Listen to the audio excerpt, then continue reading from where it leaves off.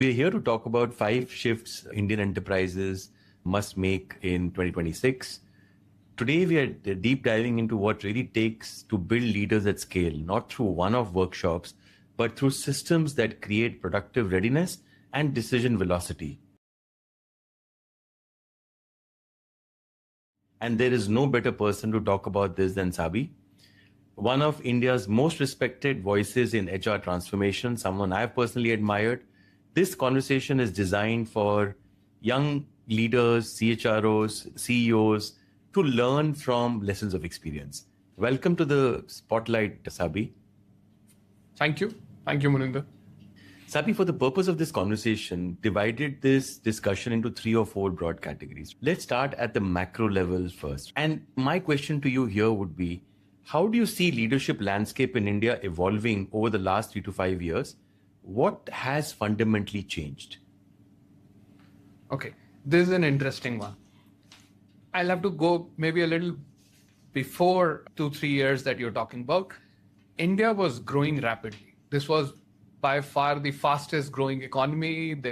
Everything was booming. For many years, we were growing much ahead of the rest of the world. And as a result, the opportunities were abundant. Agreed. The organizations were growing fast. We were hiring rapidly. There is a large talent pool, that entry-level talent pool that we have been able to build as an economy, as a country.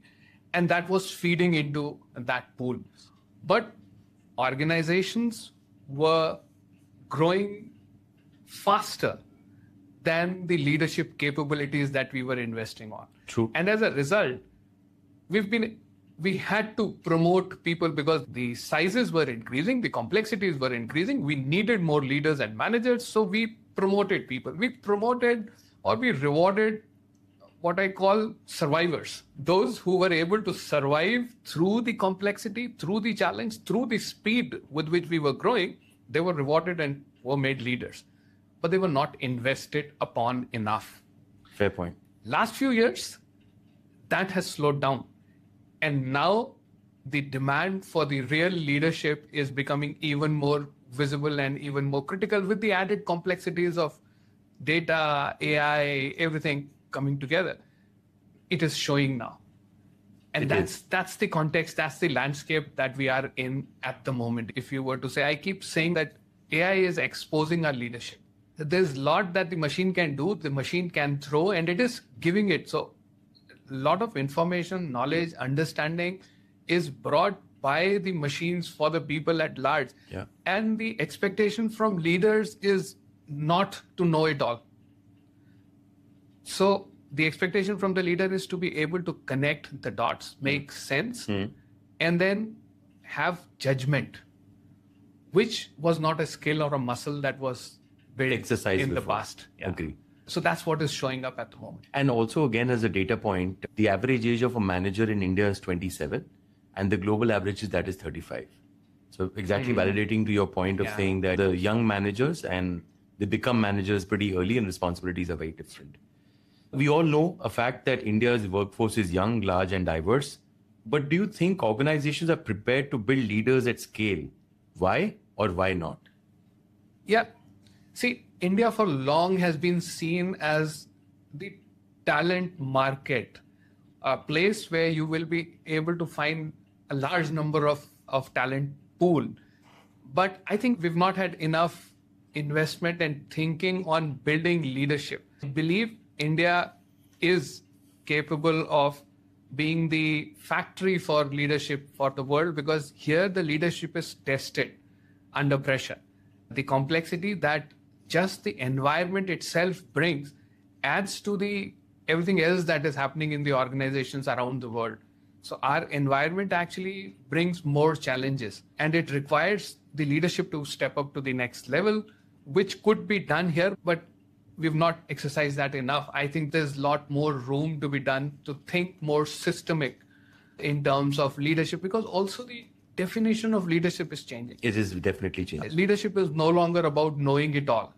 In fact, I keep saying that the future leader will not know it all, cannot know it all, and someone who's comfortable with the concept will become the leader. That's the mindset that the leaders would need in times to come, that I will not know it all. I may not know, I'm not using, I may not know it. I will not know it all. And that means that I have to be open to talk to more people, to engage with new dimensions of what we are doing, what we are thinking, what we are expected to deliver. I think that has to change. So the leader for future is an orchestrator and not someone who would know it all. Fantastic. I like what you said, and a phrase that stuck with me for life. My life lesson is leadership is like a muscle. The more intelligently you train, the better you get. Yeah. So I would probably follow on, Sabih. I like the fact that you're linking skills and you're linking talent pool to business outcomes. My next question to you is, what are emerging skill gaps you're seeing, especially in managers and business critical roles? The skill gaps primarily. So where is the gap? You spoke about the fact that there is a change, AI is coming into play. Where are you seeing the skill gaps today? What is missing? And I know what I'm saying is there's repetition and I'm overlapping what I'm saying. But I think one of the biggest gaps is that all this while the leader was seen as someone who will bring all the answers. The leaders were expected to give direction. They were expected to control, and predictability was valued and rewarded the most. That's how the organizations were built. If you recollect, when we were building our careers, that's what we were trained and beaten for. How predictable, how accurate is the forecasting? How do you, as HR, how do you look at the goals to be smart goals, measurable, trackable, etc.? So predictability was valued, maybe overrated, and particularly in current context, because the way the world is evolving, the way the leadership has to evolve, it can never be predictable. What is required is your ability to make sense, connect the dots, to be able to steer and orchestrate multiple streams, people who seemingly, and organizations and streams that seemingly are very diverse and may not have any connections. They have influence on what you're doing and how you're doing and what would be the outcome of the result. So leadership and potential of leadership is contextual. I mean, what I think today and what I've planned for today for next 3 years, 4 years will change. I mean, Iran and US would get into a war and oil prices would change. That will have an influence on plastic. That would have an influence of what are we selling. That will have an influence of how are we selling. Everything would change. Now, that agility is what is required. That ability, that comfort of still keep moving and experimenting. That is what would be the leadership that would be required. And that's something that we will have to practice more and more. And we'll have to unlearn a few things. Yeah, I think unlearning is the most important aspect, because till the time you don't unlearn, you're not able to learn newer things that come up. So I think you've spoken about leadership development quite a bit in this conversation. What I would like to pick on, Sabih, is what separates a good enterprise leadership strategy from a great one. So difference between good and great leadership strategy. Honest confession is I'm still learning and I'm still exploring and figuring it out. You're being humble. What it would be. But I think the real strategy is, and all the learning and leadership capabilities is on the ground. When the situation happens, how does that get handled? Yeah. And I think a big piece of it is the culture that we're building in the organization. Wow.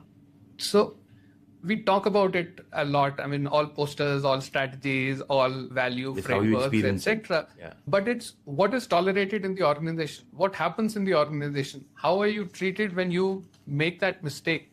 How are you treated when you don't have an answer? How are you treated when your forecast goes wrong? That's the value of the organization. And that is what would be the differentiator in times to come. Because you will never be able to predict. You will never be able to have all the answers. True. And it will all evolve as we go along. And leaders' ability is to keep playing the game. Agreed. Keep ourselves in the game. That's what it is. But tell me, Sabih, I've also learned, and this has been my reverse mentoring experience, where a youngster did tell me, Muninder, you teach people how to treat you. So in what you just said, How does that play out? So on this one, there's one more interesting thing. A reference that comes to my mind is that I was saying that the leadership is about continuing in the game. Actually, this is a borrowed idea that I have. The idea actually comes from a book written by James P. Cars. James P. Cars was a philosopher and religious scholar, and he wrote a book which is called Finite and Infinite Games. And there he explains it beautifully. And I see that analogy in the future of leadership and the organizations. And that analogy that he uses is that he says there are two types of games that exist. One is a finite game. That is a defined game that you're playing. There are two goalposts. There are 11 players. You have a limited time. You hit the ball in the goal. The team that hits multiple times, you've got rules are clear, time bound, teams, etc. But then there are infinite games. And infinite games are the games that we play in our life and now in the professional world. And how do we define the infinite game? Infinite game is where the game is constantly changing. The goalpost is constantly changing. The competition is constantly changing. The rules are constantly changing. If it is an infinite game and if you're still calling it a game, then how do you decide who wins? So the person who wins that infinite game is someone who continues longest in the game. So the leaders of the future will be the ones who will continue in the game. Interesting. And a phrase that I have used a lot in the past is one is playing to stay and playing to win. Yeah. And everyone, to your example, Sabih, everyone wants to be a part of a winning team. So that's the reason as a leader, the responsibility on you is to make situations and circumstances and a culture that everyone is involved and giving their best. Yeah. Right? And again, an example that keeps coming back is if we had all Tendulkars in the team, we wouldn't win. We need a wicket keeper, we need a bowler, so on and so forth. So thank you, Sabih. Sabih, we spoke about India being the most populous country in the world. We spoke about employability. We spoke about the talent population that we have. We spoke about leaders that we can create for tomorrow. I have a few questions for you because in India, we talk scale. We don't talk 5 people, 10 people. We talk 500, we talk 5,000, we talk 500,000 as well, right? So keeping that in mind and the backdrop, the first question to you would be, why do traditional trainings or skilling formats fail to deliver business impact?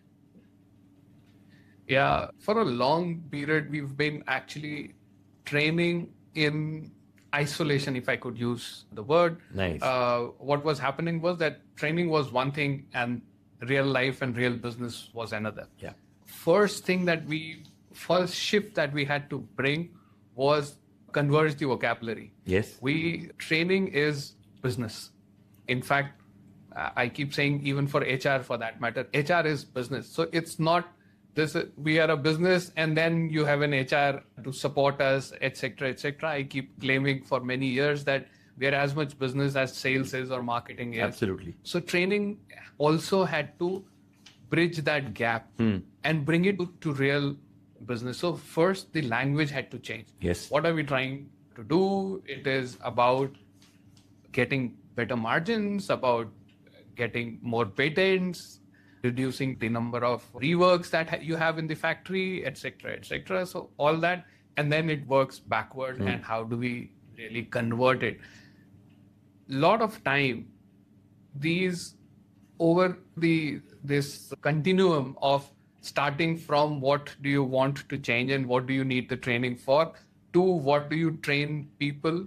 In this journey, there are a lot of times that we lose the essence and visibility to the outcome that we have. And that's where it has failed and that's where we have struggled explaining. Because after completing the journey, we go back and say, oh, by the way, someone asked us, show us what is the return on investment, and then we do the back calculation and come back try and explain it.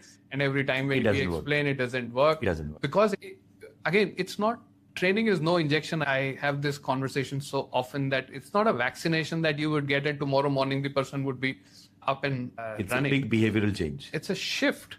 It's a shift that would happen. It will take time. It has to be reinforced. It has to be lived. And it has to be recognized and rewarded over a period to bring this this change. And two things that I have seen work really well, and that's a change, like I'm borrowing from you. The shift that one is seen is from role plays to real plays, which means it has to be real life experiences that you have at workplace and not a role play, which is a simulated environment. The second piece that I have seen work and land well is meet people where they are. So it's about agility there in terms of training, not just being there and saying this is a format and this is what I work with, but it's meeting people where they are and ensuring they're able to apply the learning in their respective workplaces. Absolutely. Absolutely. So again, I think they take away from this a follow-on question: what makes a capability program scalable across thousands of people? From your rich experience, you've done enough and more of this kind of scalable solutions. In your experience, Abhi, what makes a capability program scalable across thousands of people? So over years, as HR, as learning, as talent leader, I've invested and we have invested on building our own skills of understanding instruction design, understand human psychology, understand adult learning, understand the principles of creating sticky learnings, designs, blending learning, and all that. So that definitely is very important and it brings a lot of value. What we've missed or we tend to miss at times is that we start looking at it as, to your point, we're not seeing it where they are. We are now, I'm an expert. You wanted a solution. Let me build you a solution and I'll build a solid, very robust design of the intervention, not realizing that the practicality and execution of it, how does that work? So if I were to tell you what is one thing that I have learned after all these years, keep it simple. Keep it simple, yeah. Agreed. Trainings that have survived, trainings that have built impact, trainings that will be scalable in times to come are the ones that are easy to execute. The people who are supposed to manage them, the people who are supposed to facilitate, execute them, they must find it comfortable and easy and it has to be intuitive for them. That's only when it lands as seamlessly with the people. And that's when it becomes really scalable and impactful. Agreed. And two things that I probably will share, Sabih, my experience as well. One is that for an intervention like this, for a scalable intervention, you need four aspects. One is the focus is more on development and less on content, right? So you're not, content is today ChatGPT, Google, whatever you have. The second piece is ensuring that you link work and development together, which means that what I learn, I'm able to apply. The third point that I have seen work well with organizations is creating accountability partners at work. So which means that I have someone in a formal, informal setting that's going to hit me on my hand and say, you're going wrong here. Last but not the least, I think that's where the world is transitioned to now, is more of a cohort-based learning, more of a journey than an event. It's not a two-day event. True. It's maybe a journey which is spread across a period of time where leaders are also able to learn, apply, come back, learn, apply. So that format actually I've seen work really well. If I move forward, Sabih, to this point now, to build leadership depth, I think that's most important. What are the 2 or 3 non-negotiables that every enterprise must have?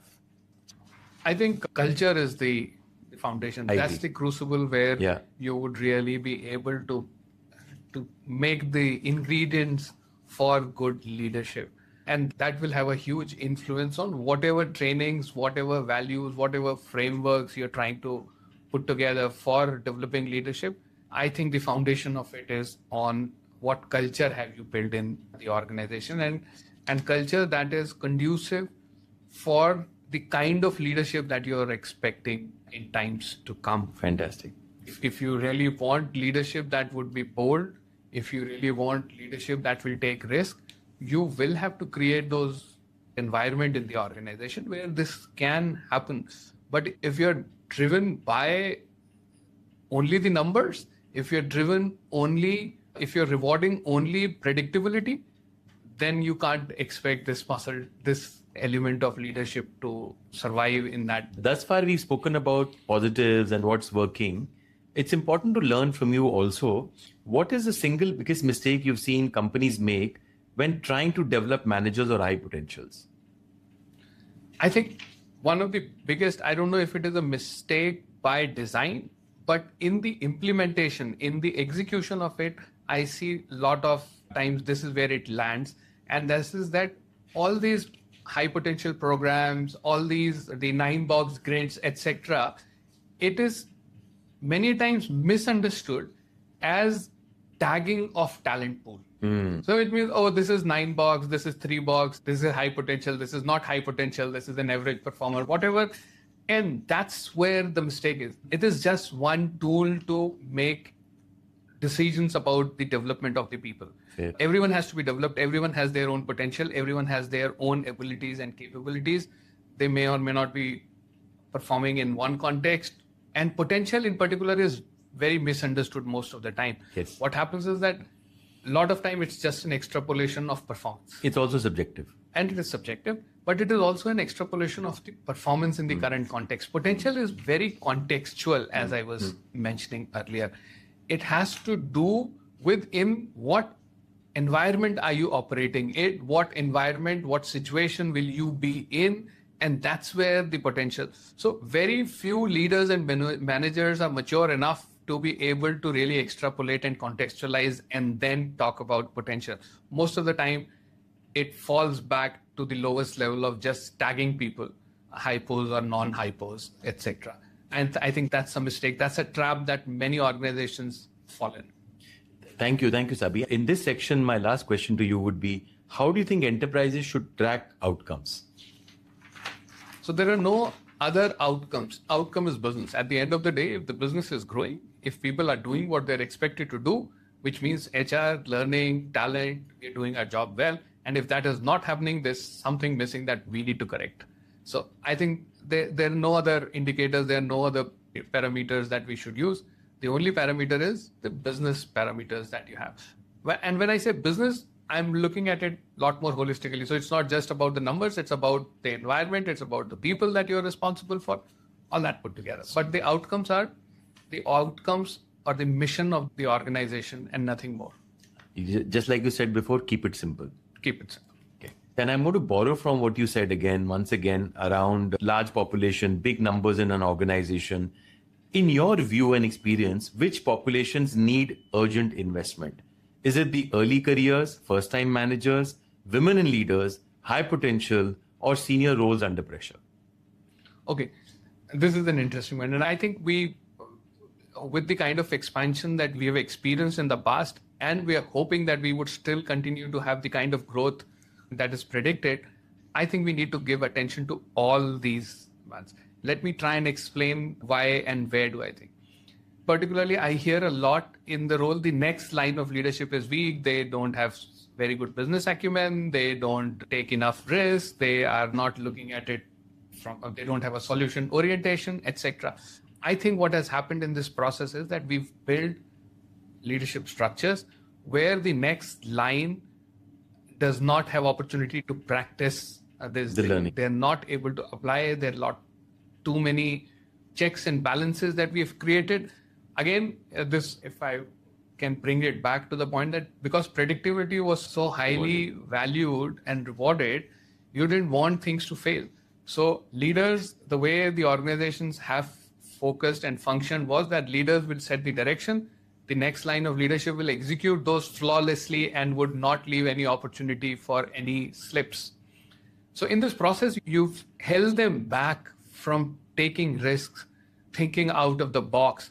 And then suddenly you say, but if I have to make a leader, then I want him or her to think out of the box, take risk, look at it holistically. But all this while we were saying, make sure that you do your job well and get this done and don't get distracted with anything else that is happening across.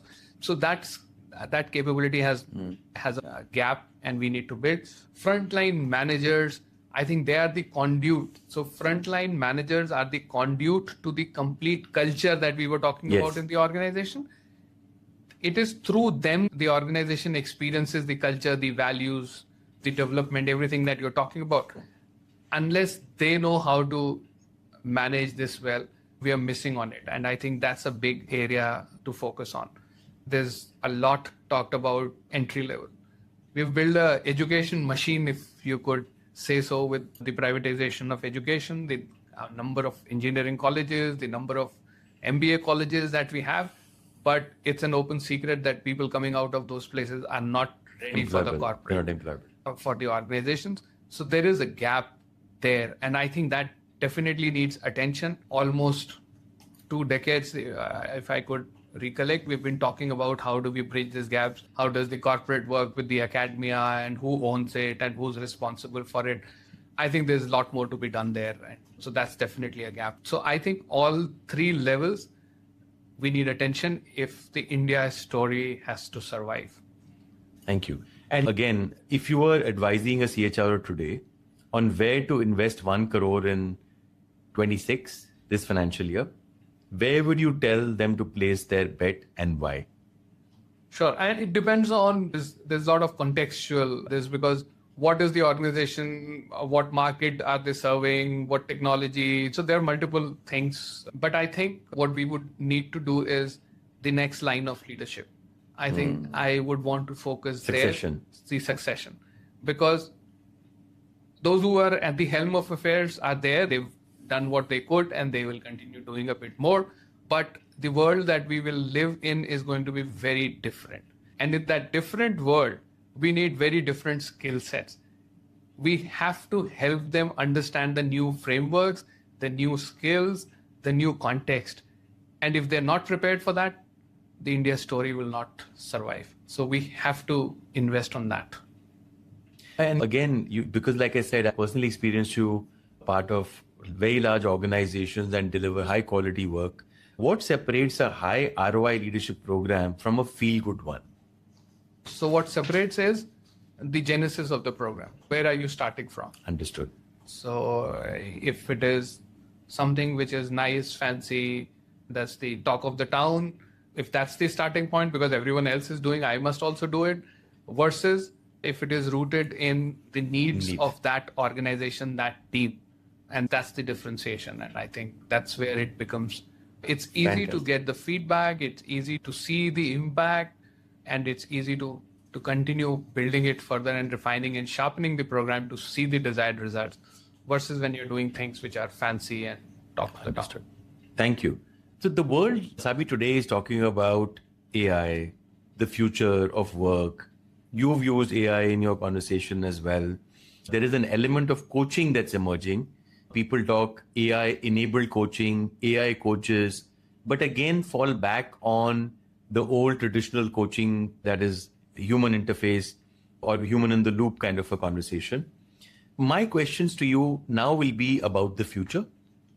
How is AI changing the skill expectations from managers and leaders? What remains uniquely human?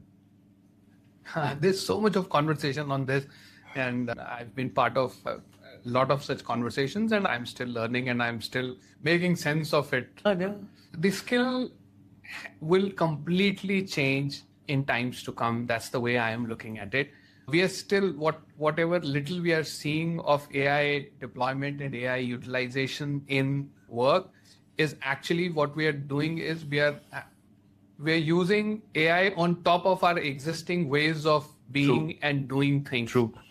But understanding, the more I'm understanding the capabilities that it brings, it will change the way we work completely. Not just work, we live completely. And in that sense, the skill sets required would be very different. I was talking to a friend of mine, a few friends of mine who are lawyers. And I was challenging them that as a lawyer, your value was your ability to remember the clauses of the act. Your differentiation was your ability to remember the precedents and code those precedents. And the differentiation and the value for a lawyer was how do you argue with all that. But the foundation of that was the research that was done and your ability to remember all that. Now, that is all taken care of. That would happen on its own. You don't even have to put someone on the job. It will automatically happen, and in times to come, you don't even have to type it. It will just come to you with this. So the only thing that remains is, which was in this example, I was saying 1/3 of your skill set. So 1/3 of your skill set or 2/3 of your skill set is becoming redundant. And you will have to really relook at it. then what do you do with it? And what power does this bring to you? And how would you be able to utilize this? So I think that, and this holds good for HR, this holds good for coaching, this holds good for engineering, designing, architecture, everywhere. Fair. I like what you said, and I want to pick up again from the coaching part of it. Do you believe coaching is becoming a necessity and not a luxury? And why? I think, and let me bring you back to the point that I was making earlier. And the point was that no one will have all the answers. We will have to figure it out. The leaders of the future will be people who will be able to connect these dots and make sense. They need to have the dots in place. So you need to have bigger perspective. You need to know more. You should be able to make sense of it. And that's where I think coaching has to be embedded in the organization. Every leader, every manager has to be trained to be an effective coach. And only then will we be able to bring the transformation that would take the world to the next level. Otherwise, we'll be stuck with it and we will create confusions around. Thank you. And in the same spirit, what should enterprises stop doing in 2026 in the name of leadership development? Celebrating hero leaders. I've been talking about it a lot because of the context that I mentioned, because no one person will be able to do it all. No one person would know it all. No one person will be able to give directions. It'll be all mission based. It'll be on projects. It'll be on assignment. The organization, and I use this very often, the organization will be amoebic. And if you, those of us who science and biology, amoebic or amoeba is the smallest organism. It does not have a shape. And when it has to eat something, it actually expands from the other side and then brings it within the body of the amoeba. And then that's how it multiplies, etc., etc. All that happens. So the organization would be like that. I need someone who would be able to help make effective podcast. I get that person in. I need someone who will be able to communicate well. I need that. I need someone who help build strategy. I will bring that. Someone who brings ability to design, instruction designs and facilitation. I bring him or her in the organization. Very simply put, it's moving away from I win, you win to we win. Yeah. And leaders will have to learn that. So the leadership of the future is, the organization of the future is amoebic. The leadership of the future is intertwined, or the leadership of the future is distributed. Nice. So there is no one hero leader, I like that. No charismatic leader who would be the leader in all circumstances, in all situations, for all projects, for all assignments, for all missions. We will have distributed leadership. And again, in the same spirit, Sabih, if you are to predict the future of leadership capability building in India over the next 5 years, what will fundamentally shift? We will have to invest heavily on unlearning. We will have to unlearn a lot to make the new structures, to make the new organization that we want to make. Yeah.